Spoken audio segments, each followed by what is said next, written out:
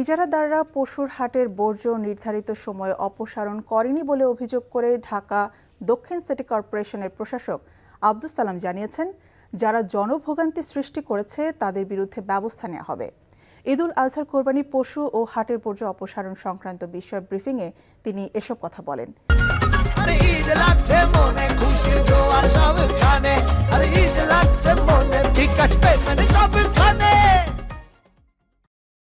এ সময় কোরবানির পশুর বর্জ্য শতভাগ অপসারণ হয়েছে বলে দাবি করে জানান, কর্মকর্তাদের গাফিলতি থাকলে কঠোর ব্যবস্থা নেবে নগর প্রশাসন।